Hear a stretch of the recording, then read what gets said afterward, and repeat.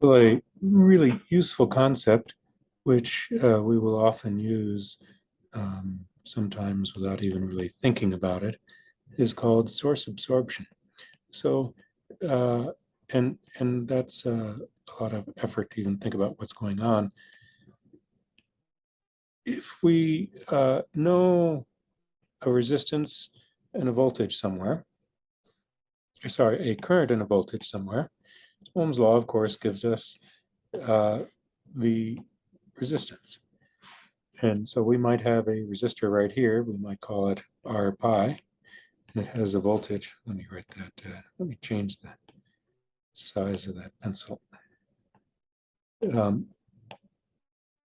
might have a resistor R pi and a voltage V pi across it. And we might be looking for a resistance Rn, looking into this node here. It's really small. And we could have nodes that are named a base, collector, and an emitter. You don't need to worry about that yet, but and in this current source, it has a current I is equal to Gm V pi. And what is Gm? Gm is a transconductance.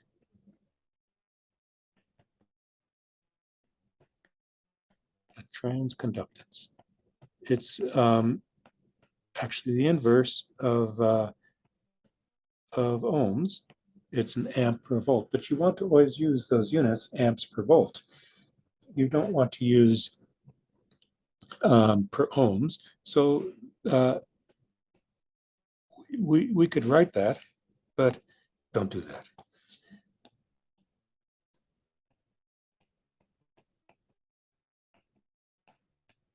It will just confuse you and cause endless trouble if you think of a transconductance like this GM. If you think of that as a 1 over an ohm, it'll cause you endless troubles and nightmares. Don't do that. Always call it an amp per volt, or in reality, usually it's milliamps per volt is usually what we've really got. So what can we do with that? So of course, if we have a resistor,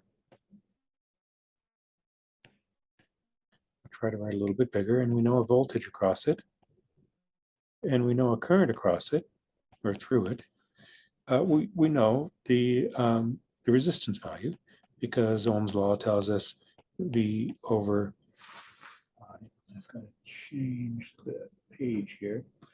All right, so if we have a voltage across a resistor and a current through it, then we know by Ohm's law the value of the resistance, and we could just write it like this. Right, so we're perfectly used to that. So there's no reason that we can't do the same thing with a current source or a voltage source. If we know the voltage across it, and we know the current through it, call these Ix and Vx, then we could say, okay, well, Ohm's law tells us that we must have an element here. I won't necessarily draw it as a resistor, but usually we actually would, with an impedance Zx, and Zx is equal to Vx over Ix. Because we know the voltage through this thing and the current through this thing, so we could just draw it as a box. And we know that we have the voltage Vx, and we have the current Ix. If we know current and voltage, we know resistance. So we can make good use of that here in this, oh, come on. We can make good use of that here and replace this resistor with a, or replace this current source with a resistor, and finding this value of resistance would then be much easier to evaluate. That's frustrating. It doesn't, I can change the size here on the iPad, but it doesn't change the size that you see there. There's still gotchas that I got to figure out, but I think I can make it bigger now. So what does that mean? Well, this GM is in units of milliamps per volt. And so we could just say that GM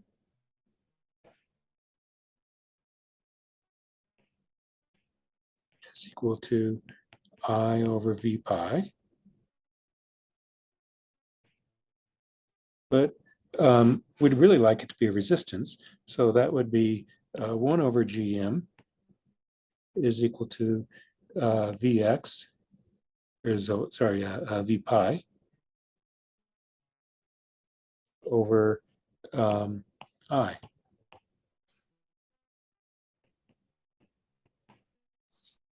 That would be a resistance. And now I could redraw that circuit as something that we can solve.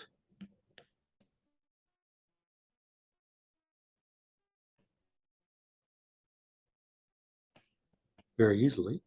I mean, you could solve it the other way, but this is so much easier.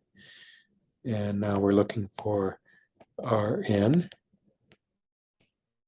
and we've got R pi, and we've got 1 over GM, and just leave it as that. Don't write it as a resistor, just leave it as 1 over GM.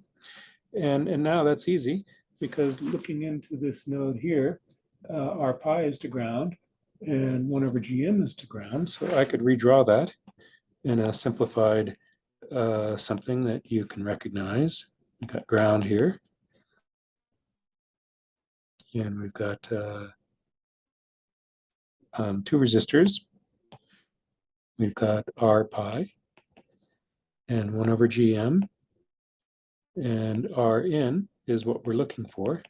And so it has to be that Rn is just R pi parallel with 1 over GM.